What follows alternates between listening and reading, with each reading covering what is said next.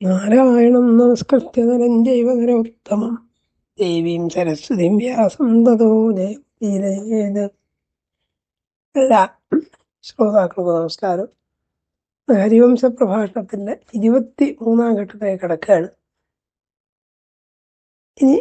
ഇന്ന് നമ്മൾ കാണുന്ന ഭാഗങ്ങള് പ്രലംബവധം, ഗോവർദ്ധന ഉദ്ധാരണം, ഗോവർദ്ധന പൂജ മുതലായ ഭാഗങ്ങളാണ്.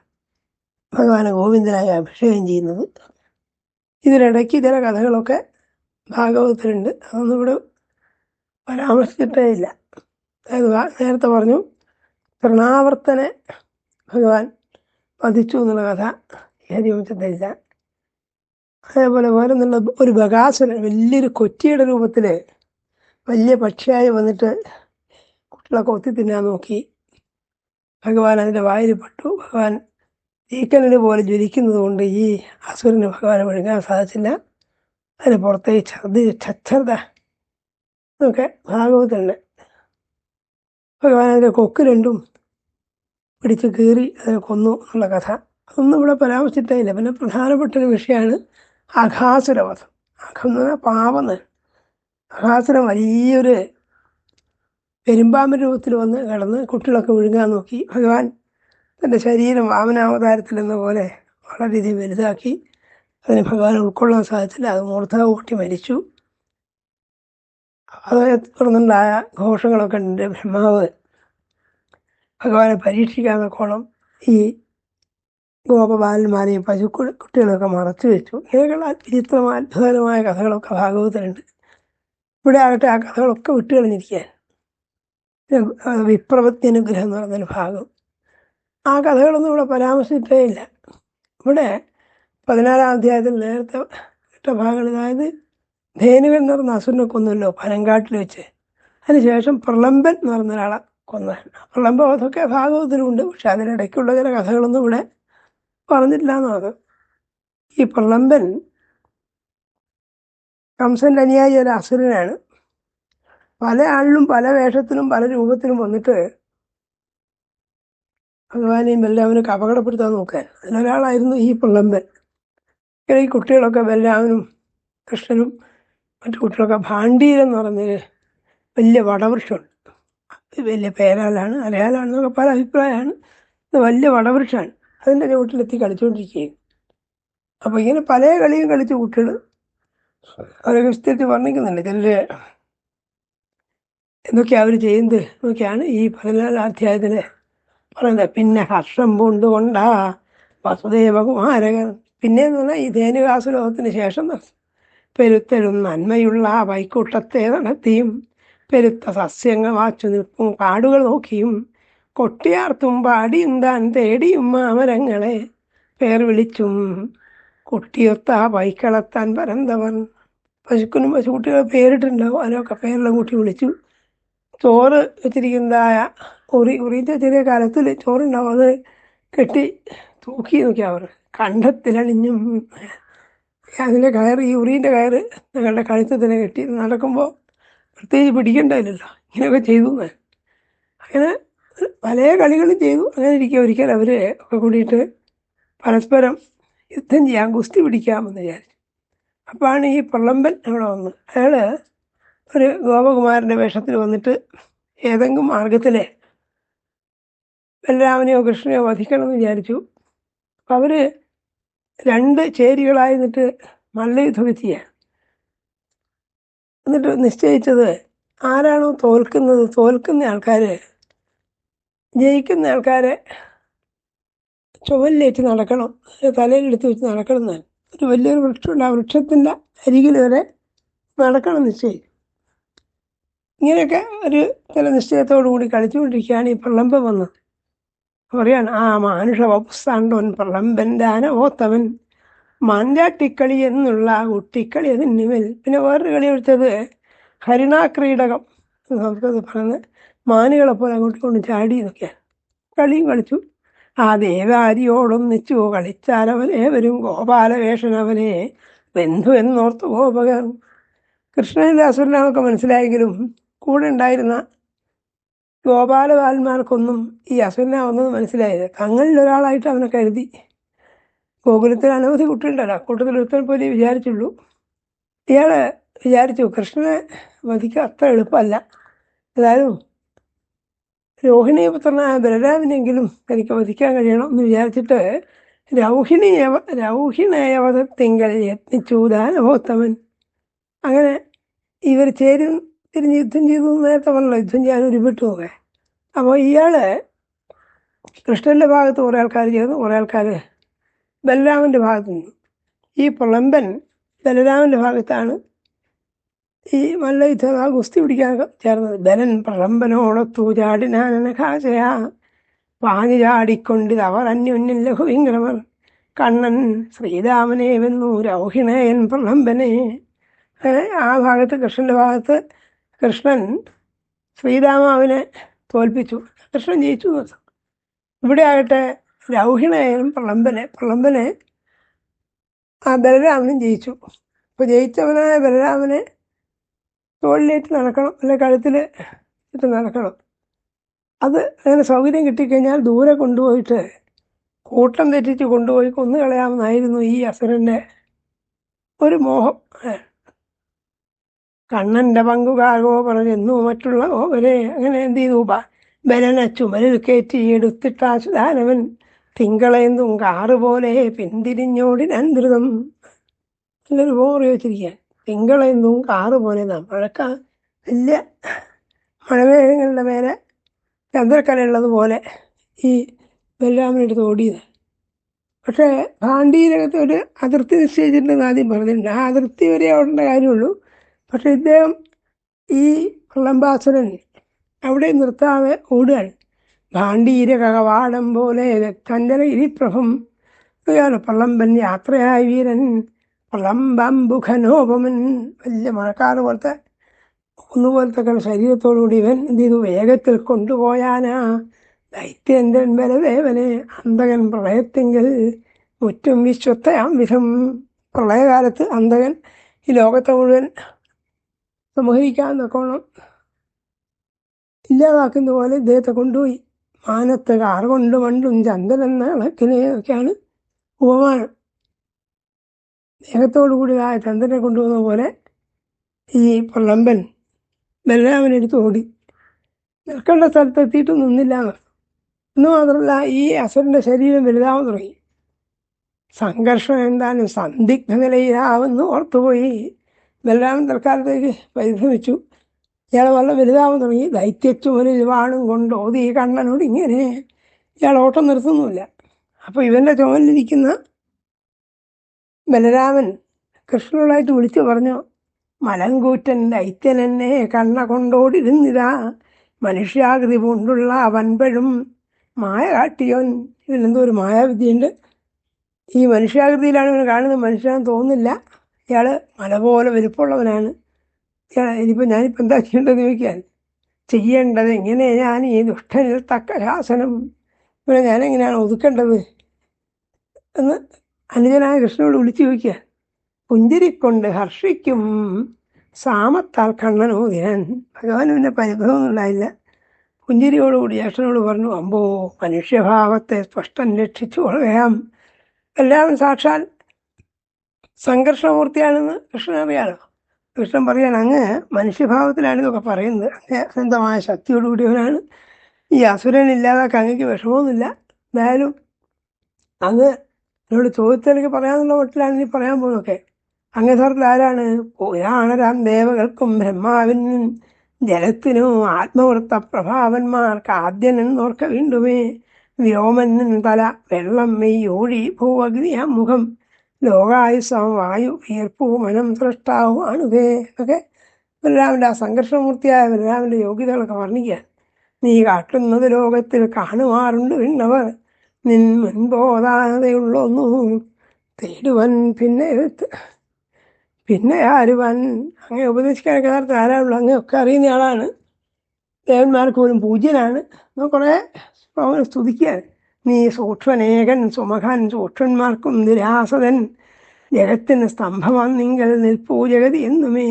ലോകം തന്നെ യഥാർത്ഥത്തിൽ സംഘർഷമൂർത്തിയായിരിക്കുന്ന ആ സർപ്പമാണ് ലോകത്തെ മുഴുവൻ ഇങ്ങനെ താങ്ങി നിർത്തുന്നത്. പുരാണത്തിൻ്റെ സങ്കല്പമാണ്. അതുകൊണ്ട് പറയാണ്, ജഗത്തിൽ സ്തംഭമാണെങ്കിൽ നിൽപ്പൂ ജഗതി എന്നുമേ. അനന്തമായ വിലയുള്ള ആളാണ്.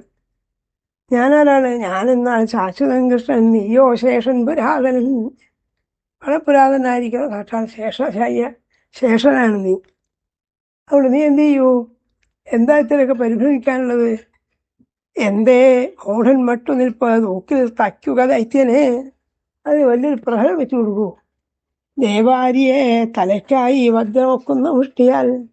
വജ്രം പോലെ കഠിനമായിരിക്കുന്ന നിന്റെ കൈകൊണ്ട് അവൻ്റെ തലയ്ക്കിടിക്കൂ, അവൻ്റെ കഥ കഴിക്കൂ എന്നിങ്ങനെ കൃഷ്ണൻ നിർദ്ദേശിച്ചു. ഇങ്ങനെ പറഞ്ഞപ്പോൾ പിന്നെ താമസം ഉണ്ടായില്ല. ബലരാമൻ തന്നെ മുഷ്ടി ചുരുട്ടിയിട്ട് വജ്രമൊക്കും മുഷ്ടി കൊണ്ടെന്നിടിച്ചത് ശിരസ്സിലായി. കപാലം പോയവനുടെ തല തന്മ പോയി. ആ തലത്തോട് പൊട്ടിത്തെറിച്ച് ദാസനെ വീഴുകയും ചെയ്തു. താഴെ വീണ ആ പ്രളംബന്റെ ദേഹം ശോഭിച്ച് തമ്പുഴെ വാനിൽ നിന്ന് തകർന്നുള്ള ഘോരാകാരം കണക്കിന് ശിരസ്സുടഞ്ഞ് അവനുടെ മെയ്യിൽ നിന്നൊഴുകിയ നിണം മലമേൽ നിന്ന് ചെഞ്ചാല്യ ഓലും ചോല കണക്കിന്. വലിയ പർവ്വതത്തിൽ നിന്നൊക്കെ മഴക്കാലത്തൊക്കെ വളരെ നിറമുള്ളതായ മണ്ണ കുലിച്ച് വീരില്ല, അതേപോലെ ആ ചെഞ്ചാല്യം പോലെ ചുവന്ന ചില ധാതുക്കളും ലവണങ്ങളൊക്കെ ഒലിച്ചു വരുമല്ലോ, അതേപോലെയൊക്കെ അവൻ്റെ ശരീരത്തിൽ ചോര ഒഴുകുന്ന വലിയൊരു മല പോലെ ഉണ്ടായിരുന്ന ആളുടെ ശരീരം. അപ്പോൾ ഇദ്ദേഹത്തെ ഇങ്ങനെ കണ്ടു എന്നുള്ളപ്പോൾ ദേവന്മാർക്ക് വലിയ സന്തോഷമായി. പ്രളംബാസുരനെ ഓരോരോ അസുരനെ വധിക്കുമ്പോഴും ദേവന്മാർ പുഷ്പവൃഷ്ടിയായിട്ടും അതിനെ ആഘോഷിച്ചതായിട്ടൊക്കെ പുരാണങ്ങളിലൊക്കെ കാണാം. കാരണം ഓരോരോ അസുരൻ്റെ നാശവും ദേവന്മാർക്ക് ആഹ്ലാദകാരിയായിരുന്നു. അതുകൊണ്ട് അവർ പുകഴ്ത്തി ദൈത്യനെ കൊൽകെ ജയാശിസാൽ ഇഷ്ടനെ. ഈ ദൈത്യനെ കൊന്നുവലാൽ ബലൻ അക്ലിഷ്ടവൻ എന്ന് കേൾക്കായത് അശരീരോക്തി വിണ്ണവർ തൊന്നതായി. വാനണ്ടവാനോരവരും ബലദേവാക്ഷ നൽകിനാൻ. ഇവൻ ബലം തന്നെയാണ്, ബലവാനായതുകൊണ്ട് ബലഭദ്രനാണ്, ബലരാമനാണ് എന്നൊക്കെ പുകഴ്ത്തി. ഇതൊക്കെയാണ് 14 അധ്യായത്തിൽ പറഞ്ഞത്. ഇനി 15, 16, 17 പറയാൻ പോകുന്നത് പ്രസിദ്ധമായ ഗോവർദ്ധന പൂജ, ഗോവർദ്ധന ഉദ്ധാരണം മുതലായ. അതിനിടയിലാണ് നേരത്തെ പറഞ്ഞ ഈ ബ്രഹ്മസ്തുതി മുതലായ ഭാഗവത്തിലുള്ളത്. അതൊന്നും ഇവിടെ വിട്ടുകളയായത്. പിന്നെ വിപ്രപത്നിഗ്രഹം എന്ന് പറഞ്ഞൊരു ഭാഗമുണ്ട്. ആ ഭാഗങ്ങളൊക്കെ ഇവിടെ പരാമർശിക്കുന്നേ ഇല്ല. ഒരിക്കലേ നന്ദഗോപാദികളായ ഗോപന്മാരൊക്കെ കൂടിയിട്ട് ഒരു വലിയ യജ്ഞത്തിനുള്ള ഒരുക്കം തുടങ്ങി. ആ സംഭാരത്തെ ഒരുക്കം നടത്തും. അത് കഴിഞ്ഞപ്പോൾ കൃഷ്ണൻ ചോദിച്ചു, നിങ്ങൾ എന്തിനാണ് ഒരുമ്പെടുന്നത്? എന്താണൊരു സംഭ്രമം കാണാനുള്ളത് ചോദിച്ചു. ഒക്കെ ഭാഗവത്തിൽ അതുപോലെ കാണാം. കൗതൂഹലത്തോടുകൂടി ചോദിച്ചു. നോക്കി അറിയുന്ന ആളാണെങ്കിൽ അറിയാത്ത വീട്ടിലെ കൃഷ്ണൻ ഭാഗവത്തിൽ പറയുന്നുണ്ട്, ഇന്ദ്രൻ്റെ അഹങ്കാരം നശിപ്പിക്കണമെന്ന് മനസ്സിൽ വിചാരിച്ചിട്ടായി പറഞ്ഞു. ഇന്ദ്രനെ ഒരു യാഗം ചെയ്യാൻ വേണ്ടിയാണ് അവർ ഉദ്യമിക്കുന്നതെന്ന് കൃഷ്ണൻ അറിയാം. അപ്പം ഇന്ദ്രൻ്റെ അഹങ്കാരം ഈ ഇന്ദ്രയാഗം മുടക്കിക്കൊണ്ട് ഇല്ലാതാക്കണം എന്ന് വിചാരിച്ചിട്ടാണ്. ഉള്ളിൽ ആ വിചാരത്തോടു കൂടി ചോദിച്ചു ഞാൻ. കൗതൂഹലത്താൽ അവരോട് രച്ചു കണ്ണൻ ഇങ്ങനെ, എന്തുവാ നീ ശക്രമഹം ഹർഷം നിങ്ങൾക്കെഴും പടി. നിങ്ങൾ എന്തിനാണ് ഈ ഇന്ദ്രനെ യാഗം ചെയ്യുന്നത് ചോദിച്ചത്. ആദ്യം എന്തിനാണ് ചോദിച്ചത്? അവർ ഇന്ദ്രയാഗ കൃതോദ്യമാന്നൊക്കെ കാണാം. ഇന്ദ്രയാഗത്തിന് വേണ്ടിയിട്ടാണ് ഉദ്യമിക്കുന്നത് കണ്ടപ്പോഴാണ് ചോദിച്ചത്. അപ്പോൾ അവർ പറഞ്ഞു, അല്ലയോ ഉണ്ണി, കുട്ടിയാണല്ലോ കൃഷ്ണൻ, 5-8 വയസ്സായിട്ടേ ഉള്ളൂ. അവർ പറഞ്ഞു, ഞങ്ങൾ ഈ ഇന്ദ്രനെ പൂജിക്കാൻ തുടങ്ങുകയാണ്. ഇന്ദ്രനാണ് മഴയ്ക്ക് അധിപതിയായിട്ടുള്ളത്. ലോകങ്ങൾക്ക് ഈശ്വരൻ ചക്രൻ മേഘങ്ങൾക്കോ വരിന്തമാ. അവൻ ഞാണീ മകൻ കൃഷ്ണ ലോകനാഥൻ നിരാശ്വതം കൊണ്ട് ചെയ്തു പോരുന്നതാണ്. മേഘങ്ങൾക്കൊക്കെ അധിപതിയായിരിക്കുന്നത് ഇന്ദ്രനാണ്. ഇന്ദ്രൻ്റെ ആജ്ഞയും അഭീഷ്ടപ്രകാരമാണ് മഴ പെയ്യുന്നത്. മഴ പെയ്യുന്നതുകൊണ്ടാണ് നമുക്കിഷ്ടം പോലെ വെള്ളവും പശുക്കൾക്ക് മേയാൻ ഉള്ള പുല്ലുമൊക്കെ ഉണ്ടാകുന്നത്. അപ്പോൾ അതില്ല നമുക്ക് ജീവിക്കാൻ കഴിയില്ല. നമ്മളുടെ ജീവിതം മുഴുവൻ ഗോപാലവൃത്തി കൊണ്ട് കഴിച്ചു വിട്ടാണ്. അതുകൊണ്ട് അവനുണ്ടാക്കിയിടും സസ്യം നമ്മളും മറ്റു മത്യരും ഉപയോഗിച്ച് ജീവിപ്പൂ തർപ്പിപ്പൂ പിന്നരയുമേ. ദേവൻ വർഷിക്കിൽ ഇപ്പാരിൽ പിന്നെ സസ്യം വളർന്നിടും. ഭൂമിക്ക് നിർത്തി കൊണ്ടിയിടിൽ ജഗത്ത് അമൃതോടൊത്തതാം. അവൻ പുല്ലാൽ പോറ്റിയവയല്ലോ കാളകളൊത്തവ. ഈ കാളകളും പശുക്കളും ഒക്കെ ഈ മഴ കൊണ്ടാണ് രക്ഷപ്പെടുന്നതെന്ന് അർത്ഥം. മഴ കൊണ്ട് പുല്ലുണ്ടാവുന്നു. അതുകൊണ്ട് ആ ഭഗവാനെ, ആ ഇന്ദ്രനെ, ലോകാധീശനായ ഇന്ദ്രനെ പൂജിക്കുകയാണ്. അവൻ പ്രേരിപ്പിച്ചു വിട്ട കാറ്റോടൊക്കുന്ന കാറുകളാൽ വജ്രശാലിതമാരാവം കേൾക്കുന്നു ശൈലഭേദനം. കുറെ സകല സ്തുതിച്ചു. ശ്ലോകങ്ങളിൽ അതിന് പറഞ്ഞതുകൊണ്ട് ഏവം വയസ്സങ്ങ് കറന്ന് അർക്കഗോക്കളവാരിതം വർജന്യൻ സർവജീവിക്കും ഭവാർത്ഥം. മഴ പെയ്യുകയാം കൃഷ്ണ, ശക്രൻ തീർത്തതാണ് ഈ പ്രാവൃട്ടെന്നത് കാരണം. അതുകൊണ്ട് നമ്മൾ അങ്ങനെയുള്ളതായ ഇന്ധനം പൂജിക്കാൻ വിടുക. അടുത്ത അധ്യായത്തിൽ പറയുന്നത് ഭഗവാൻ ഉള്ളില് നേരത്തെ പറഞ്ഞ ഇന്ദ്ര ദർപ്പദിശാംശയാകും പറയും. ഇന്ദ്രന്റെ ദർപ്പം ഇല്ലാതാക്കണം, അഹങ്കാരം ഇല്ലാതാക്കണം. ലോകപാലന്മാരെ മുഴുവൻ കൃഷ്ണാവതാരത്തിൽ ഭഗവാൻ കീഴടക്കുന്നുണ്ട്. കാരണം അവരുടെ അഹങ്കാരം ഇന്ദ്രൻ്റെത്, ബ്രഹ്മാവിൻ്റെത്, വരുണൻ്റെത് നേരത്തെ സൂചിപ്പിച്ചല്ലോ. അങ്ങനെ ഓരോരോ പ്രവൃത്തികളുണ്ട്. ഓരോ ലോകനായകന്മാരാണ് സ്വയം അഹങ്കരിക്കുന്ന ഈ ദേവന്മാരുടെ അഹന്തയെ മുഴുവൻ ഇല്ലാതാക്കുകയാണ് ഭഗവാൻ ചെയ്തത്. അപ്പം ഇത് മനസ്സിൽ വെച്ചുകൊണ്ട് അദ്ദേഹം പറഞ്ഞു, യഥാർത്ഥം എന്തിനാണ് ഈ ഇന്ദ്രനെ പൂജിക്കേണ്ട കാര്യമുള്ളത്? ഇന്ദ്രനാണ് മഴ പെയ്ക്കുന്നത് ഇങ്ങനെ വിചാരിക്കാൻ കഴിയും. ഇനി നമ്മൾക്ക് ഈ സൗഭാഗ്യങ്ങളൊക്കെ ഉണ്ടാകുന്ന മഴ കൊണ്ടാണ്, നമ്മൾ ചെയ്ത കർമ്മത്തിൻ്റെ ഫലമാണ്. ഏതൊരാൾ എന്ത് കർമ്മം ചെയ്യുന്നു അതിൻ്റെ ഫലം അയാൾ അനുഭവിക്കുന്നു. അത് വേറൊരാൾ തരുന്നു എന്ന് വിചാരിക്കേണ്ട കാര്യമില്ല എന്നൊക്കെ ഒരുതരം നിഷേധാത്മക സ്വരത്തിൽ യുക്തിവാദിയെ പോലെയാണ് കൃഷ്ണൻ പറഞ്ഞത്. അദ്ദേഹം പറയാണ്, നമ്മൾ കാടണ്ട ഗോപന്മാർ നിത്യം ഗോധന ജീവികൾ പൈക്കൾ ദൈവം നമുക്കോർക്ക പർവ്വതങ്ങൾ വനങ്ങളും കൃഷിക്കാർക്കോ വൃത്തി കൃഷി കച്ചവടക്കാർക്ക് വാണിഭം പൈക്കൾ നമ്മൾ കുറ്റവൃത്തി ചൊല്ലൂ ത്രൈവിദ്യം. അങ്ങനെ യഥാർത്ഥത്തിൽ ഓരോ ആൾക്കും ഓരോ ജോലികളാണ്. വാണിജ്യം നടന്ന് വാണിജ്യം കൊണ്ട് ജീവിക്കുന്നു, പശുക്കളെ കൊണ്ട് ജീവിക്കുന്നു, കൃഷി കൊണ്ട് ജീവിക്കുന്നു. അപ്പം നമ്മളെ സംബന്ധിച്ചിടത്തോളം പ്രത്യക്ഷ ദൈവങ്ങളായിട്ടുള്ള ഈ പർവ്വതങ്ങളും കാടുകളും ഒക്കെയാണ്. അതുകൊണ്ടാണ് നമുക്ക് ഇതൊക്കെ ഉള്ളത്. ഏത് വിദ്യ അയാൾക്കായത് ദൈവം. ഏതൊരു വിദ്യയെ ആശ്രയിച്ചിട്ടാണോ ജീവിതം മുന്നോട്ട് പോകുന്നത് അതാണല്ലോ. അതുകൊണ്ട് യഥാർത്ഥത്തിൽ ഈ അപ്രത്യക്ഷനായിരിക്കുന്ന നമുക്ക് ഗോചരനല്ലാത്ത ഇന്ദ്രനെ പൂജിക്കേണ്ട കാര്യമൊന്നുമില്ല. ഇവിടെ ഗോവർദ്ധന പർവ്വതമുണ്ട്, അതിൻ്റെ താഴ്വരയിലാണ് നമ്മൾ താമസിക്കുന്നത്. അതുള്ളതുകൊണ്ടാണ് നമുക്ക് മഴയൊക്കെ ഉണ്ടാകുന്നതെന്നാണ് കൃഷ്ണൻ പറഞ്ഞത്. അന്യൻ്റെ ഫലമുണ്ടും കൊണ്ട് അന്യനെ സൽക്കരിക്കുവിൽ രണ്ടനർത്ഥം നേടും അവൻ ഈ ലോകത്തിൽ പരത്തിലും. അങ്ങനെ ഈ പർവ്വതങ്ങളും കാടുകളൊക്കെ വലിയ മഹോപകാരം ചെയ്തുകൊണ്ടിരിക്കെ അവരെ പൂജിക്കാതെ അവരെ നിസ്സാരന്മാരാക്കി വെച്ചുകൊണ്ട് അദൃശ്യനായ ഇന്ദ്രനെ പൂജിക്കുന്നതിൽ അർത്ഥമില്ല എന്ന് പറയാൻ. അതുകൊണ്ട് എൻ്റെ അഭിപ്രായത്തിൽ എന്താണ് ചെയ്യേണ്ടത്? നിങ്ങൾക്ക് അത് ശരിയാന്ന് തോന്നുന്നുണ്ടെങ്കിൽ ഈ ഗോവർദ്ധന പർവ്വതത്തെ പൂജിക്കാന്ന് പറയാൻ. അതാണ് കൃഷ്ണൻ പറഞ്ഞുകൊണ്ടിരുന്നാൽ മന്ത്രയജ്ഞാക്കാർകൾ വിപ്രർ സീതായജ്ഞ കൃഷിവല. അതുകൊണ്ട് ഗിരി യജ്ഞാക്കൾ ഗോപർനാം രചിക്കണം അദ്രിയേ.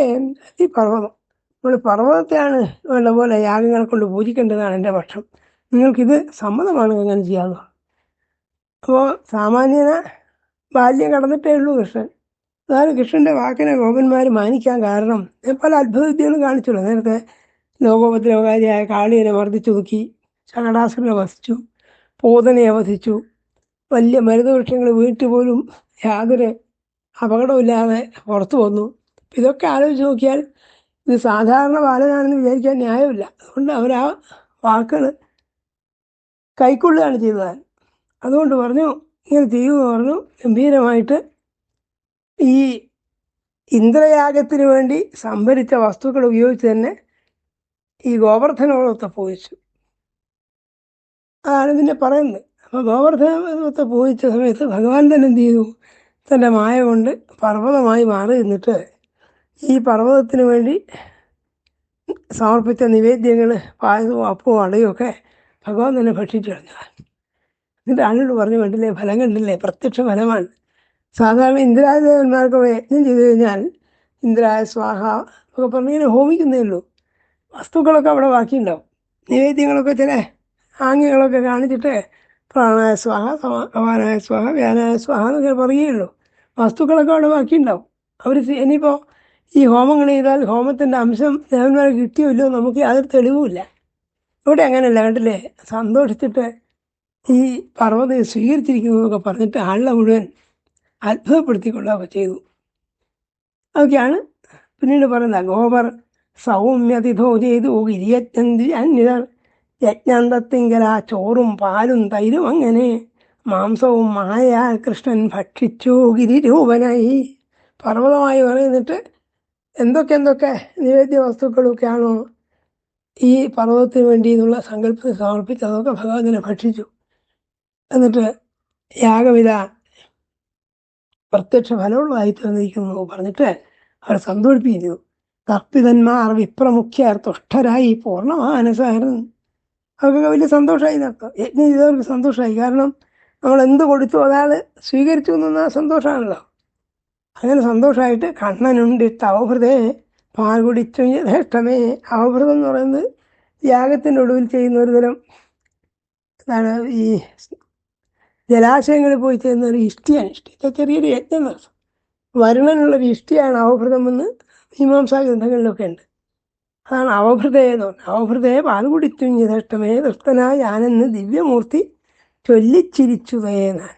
അപ്പോൾ ഉള്ളിൽ ഈ ഇതൊക്കെ അറിയാം, ഭഗവാൻ അറിയാൻ തന്നെ മായ കൊണ്ട് അവരെ വിഭ്രമിപ്പിക്കുകയായി. അതുകൊണ്ട് ഉള്ളുകൊണ്ട് ചിരിച്ചും കൊണ്ട് അങ്ങനെ പറഞ്ഞത്.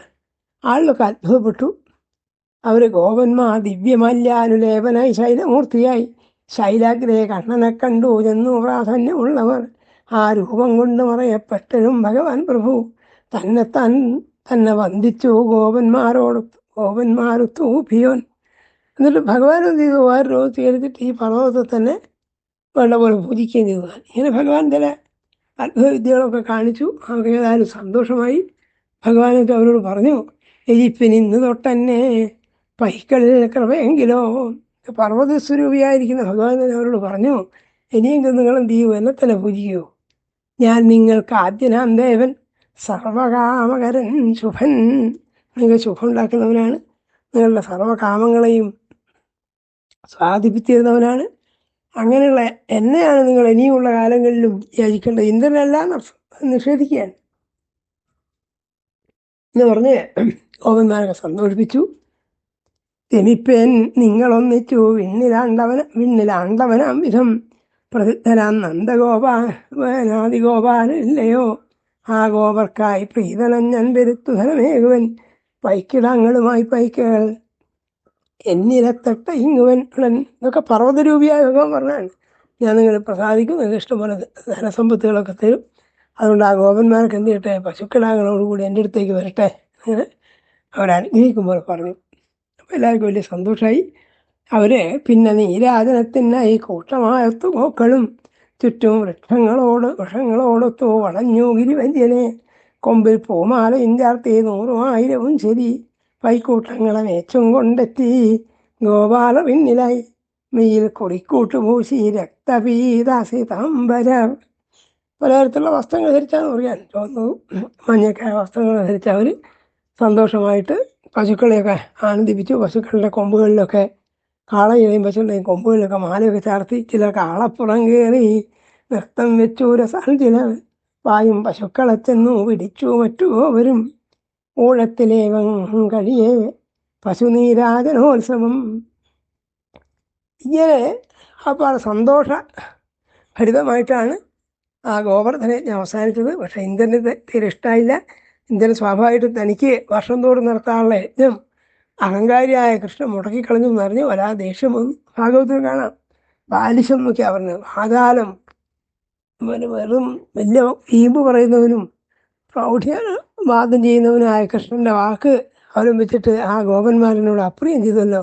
ഗോപാമേ ചക്രൊരപ്രിയം എന്നൊക്കെ ഭാഗവത്ത് കാണാം. അപ്പോൾ ക്രോധിച്ചു ഇന്ദ്രൻ. എനിക്കുള്ള യാഗം ഈ അഹങ്കാരിയായ കൃഷ്ണൻ മുടക്കിയല്ലോ. ഈ കൃഷ്ണൻ സാക്ഷാൽ വിഷ്ണു ഭഗവാൻ തന്നെ അവതരിച്ചാണ്, ഇന്ദ്രാദേവകൾ ചെന്ന് അഭ്യർത്ഥിച്ചിട്ട് അവതരിച്ചാണ്. അതൊക്കെ തൽക്കാലത്തെ അഹങ്കാരങ്ങൾ മറന്നുപോകാൻ. അതുകൊണ്ട് അദ്ദേഹത്തിന് വളരെ ദേഷ്യം വന്നു. അതുകൊണ്ട് പ്രളയകാലത്തേക്ക് വെച്ചുള്ള മേഘങ്ങളൊക്കെ വിളിച്ചിട്ട്, മേഘങ്ങൾക്ക് അധീശനാണ് ഇന്ദ്രൻ, അവരോട് പറഞ്ഞു, അഹങ്കാരികളായ ഗോപന്മാരെ മുഴുവൻ ഒരു പാഠം പഠിപ്പിക്കേണ്ടതുണ്ട്. നിങ്ങളൊക്കെ ചെന്നിട്ട് വലിയ തോതിൽ അവിടെ മഴ പെയ്യിപ്പിക്കുമോ. ആ മഴ കൊണ്ട് അവർ പൊറുതി മുട്ടട്ടെ. വെള്ളം പൊങ്ങിയിട്ട് അവർ കഷ്ടപ്പെടട്ടെ. തഹേ മേഘമാതങ്കറുകളെ കേൾപ്പിനെന്നുടെ വാക്കിനെ രാജഭക്തി മുൻപാക്കി എൻ പ്രിയം ചെയ്യുവിൽ. വൃന്ദാവനം വാഴുമൊരി നന്ദഗോപാദി ഗോപകർ ദേശിപ്പതൻ ഉത്സവത്തെ ദാമോദരപരായണ. ആ കൃഷ്ണനെ ആശ്രയിച്ചിട്ടാണ് അവരെന്നിങ്ങനെ നിന്ദിക്കാൻ ധൈര്യപ്പെടുന്നതാണ്. കൃഷ്ണമാശ്രിത്യ എന്നൊക്കെ പറയുന്നില്ല. ആ വാചാലനാണ്, അഹങ്കാരിയാണെന്നൊക്കെയാണ് പറഞ്ഞത്. അങ്ങനെയുള്ള കൃഷ്ണനെ ആശ്രയിച്ചിട്ട് എന്നെന്ത് ചെയ്യുന്നു? ഗോപാമയെ അക്രൂരപ്രിയം, ഗോപന്മാരെ എനിക്ക് അപ്രിയം ചെയ്തിരിക്കുന്നു അവിടെയും പറയും. അതുകൊണ്ട് നിങ്ങൾ എന്ത് ചെയ്യണം? അവർക്കെന്തോ ജീവനം, എന്തൊന്നിനാൽ ഗോപഭാവും, ആ ഗോക്കൾക്ക് 7 നാൾ കാറ്റുമഴയാൽ തികറീടനം. പശുക്കളിൽ നിന്ന് കിട്ടുന്നതായ പാലുൽപ്പന്നങ്ങൾ, ഇതുകൊണ്ടാണ് ഇത് ജീവിക്കുന്നത്. പശുക്കളെ മുഴുവൻ ക്ലേശം ഉണ്ടാക്കാൻ നോക്കണം. 7 ദിവസം തുടർച്ചയായിട്ട് മഴ പെയ്യുകയോ, അപ്പോൾ ആകപ്പാടെ തണുപ്പ് കൊണ്ടും വെള്ളത്തിൻ്റെ ആധിക്യം കൊണ്ടൊക്കെ അവർ വിഷമിക്കും. ഞാനങ്ങോട്ട് പിന്നെ അവരാ കാറ്റും മഴയും ഉണ്ടാക്കാം ഇടിവാൾ നിന്നിപ്പം നിങ്ങൾ ചെയ്യും ക്രൂരവർഷം കൊണ്ടു കാറ്റടി കൊണ്ടുമേ വ്രതത്തോടും പൈക്കമെന്ന് ജീവനെയും വെടിഞ്ഞിടും. ഇങ്ങനെ ചിലപ്പോൾ അനവധി പശുക്കൾക്കും കാളകൾക്കും ജീവഹാനി തന്നെ വരണം, അങ്ങനെ മഴ ഉണ്ടാക്കുള്ളൂ. ഇന്ത്യൻ രാജ്യം കിട്ടിയപ്പോൾ മേഘങ്ങളൊക്കെ ഈ വൃന്ദാവനത്തിനും അമ്പാടിക്ക് മേലെ ഭാഗത്ത് ആകാശത്തിൽ വന്നു നിന്നു. അതിഗംഭീരമായ മഴ പെയ്തു. പിന്നെ ആ മഴ വർണ്ണിക്കുകയാണ്. അവ തമ്മിൽ കൂട്ടിമുട്ടി ആനക്കൂട്ടം കണക്കിന് മഹാദുർദിനമുണ്ടാക്കി ആകാശം മൂടി നിൽപ്പവ ആൾക്കൈ തുമ്പിക്കൈ മുളകൾ ഇവയ്ക്കൊക്കുന്ന ധാരകൾ. തുമ്പിക്കൈ വെള്ളം വീഴുന്ന പോലെയും വലിയ കൈ നിർത്തി വെള്ളം ഒഴിക്കുന്ന പോലെയൊക്കെയായിട്ട് ഗംഭീരമായ മഴ പെയ്യുന്നു. പക്ഷിക്കൂട്ടം പറക്കാതായി പാഞ്ഞോടി മൃഗജാതികൾ. വലിയ മഴ വരുമ്പോൾ പക്ഷികൾക്ക് പോലും പറക്കാൻ കഴിയില്ല. വൃക്ഷക്കൊമ്പിൽ അവർ ഇറങ്ങാതിരുന്നു. വൃക്ഷങ്ങളൊക്കെ ചിലപ്പോൾ ഇടിഞ്ഞു തകർന്നു. വലിയ കാറ്റുണ്ടായി. കുന്നൊക്കുങ്കാറുകൾ ആകാശത്തെങ്ങും ശബ്ദിച്ചിടുമ്പോഴേ മാനത്തർക്കെന്തുകൾ മറഞ്ഞ് ഉഗ്രമേഘങ്ങൾ. അങ്ങനെ മഴക്കാറ് ആകാശം മുഴുവൻ നിറഞ്ഞു നിന്നപ്പോൾ സൂര്യേന്ദ്ര ബിംബങ്ങൾ പോലും മറഞ്ഞുപോയി. നമുക്കാണ് ഇരുട് പിടിച്ചു. ആപ്പാടെ ഒരു ദിവസം 2 ദിവസം 7 ദിവസമാണ് മഴ പെയ്യുന്നത്. തുടർച്ചയായിട്ട് ഇങ്ങനെ മഴ പെയ്തപ്പോൾ ആ ഗോപന്മാർക്ക് ആപ്പാടെ പരിഭവിച്ചു.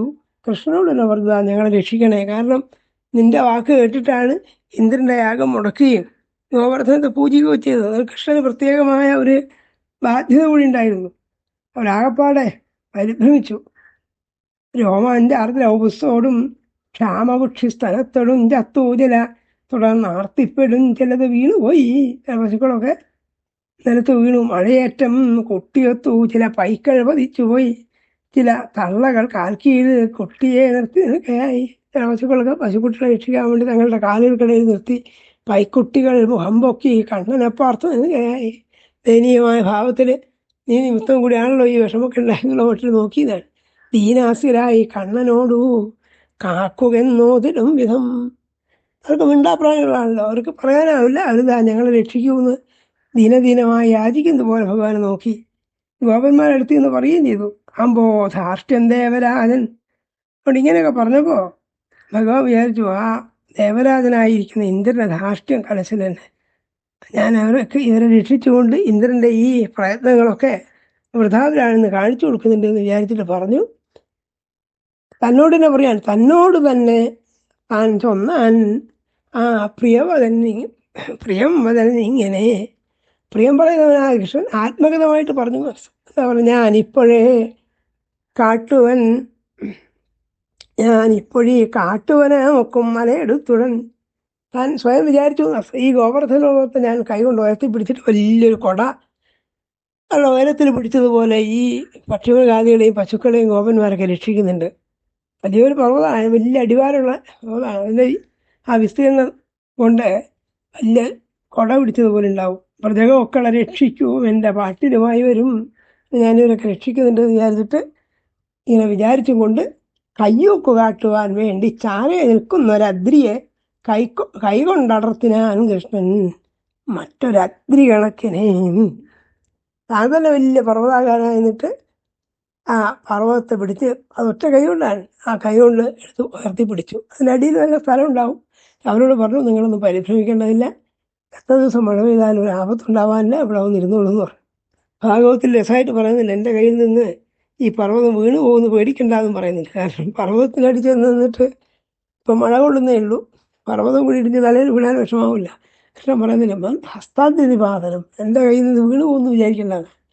ഇങ്ങനെ അവരൊക്കെ രക്ഷിച്ചു എന്നാണ് ചുരുക്കത്തിൽ പറയുന്നത്. ഉലഞ്ഞു പാറയിൽ അപ്പം പിന്നെ ആ വലിയ പർവ്വതം വരുത്തി പിടിക്കുമ്പോൾ ചില പാറക്കല്ലുകളൊക്കെ ഉരുണ്ട് വീണു, ചില വൃക്ഷങ്ങളൊക്കെ പൊടിഞ്ഞു പോയി, വൃക്ഷങ്ങളൊക്കെ താഴേക്ക് വീണു. ഇങ്ങനെ പലമാതിരി അങ്ങോ ഒഴിഞ്ഞു ചുറ്റുമൊഴിയിൽ പുറപ്പെട്ടു വൻപടയായി സ്വസ്തികാർത്ഥമണഞ്ഞവർ ക്രുദ്ധരാം പന്നകേന്ദ്രന്മാർ വാനിലെങ്ങും അഭസ്ഥരം വർഷത്താലും ഭയത്താലും ആർത്തിപ്പെട്ടു ഖഗങ്ങളും അവിടെ താമസാക്കിയ വൃക്ഷാഗ്രഹങ്ങളിൽ താമസാക്കിയ പക്ഷികളൊക്കെ പരിഭ്രമിച്ചു, പാമ്പുകളൊക്കെ ആ പണി ഞെട്ടിവറച്ചു, ഇങ്ങനെ ചില വിഷമങ്ങളൊക്കെ ഉണ്ടായി. ഏതായാലും അതെടുത്ത് ഉയർത്തിപ്പിടിച്ചിട്ട് പറഞ്ഞു, നിങ്ങൾ ലവലേശം പരിഭ്രമിക്കണില്ല എന്ന് പറഞ്ഞു. 7 ദിവസത്തോളം അതിഗംഭീരമായ മഴ പെയ്തെങ്കിലും ഗോപന്മാർക്കോ ഈ പശുപക്ഷികളായി നിൽക്കുന്നു, പിന്നീട് കൃഷ്ണൻ്റെ സംരക്ഷണയിരിക്കുന്നവർക്കൊന്നും വലിയ ആപത്തുകളൊന്നും ഉണ്ടായില്ല. ചുരുക്കത്തിൽ ഇന്ദ്രൻ പരാജയപ്പെട്ടു എന്നർത്ഥം. തന്നെ ഈ ബാലനായ കൃഷ്ണൻ പരാജയപ്പെട്ട് തീര് കണ്ടപ്പോൾ താൻ എന്ത് പ്രതീക്ഷിച്ചുവോ ഈ ഗോപന്മാരൊക്കെ തന്നെ അഭയം പ്രാപിക്കുമെന്നും തന്നെ ശരണം പ്രാപിച്ചിട്ട് താൻ രക്ഷിക്കണേ, ഞങ്ങളുടെ തെറ്റ് പൊറുക്കണമേ എന്ന് മാപ്പ് പറയുന്നൊക്കെയാണ് ഇന്ദ്രൻ്റെ വിചാരം. പക്ഷെ അതൊന്നും സാധിച്ചില്ല.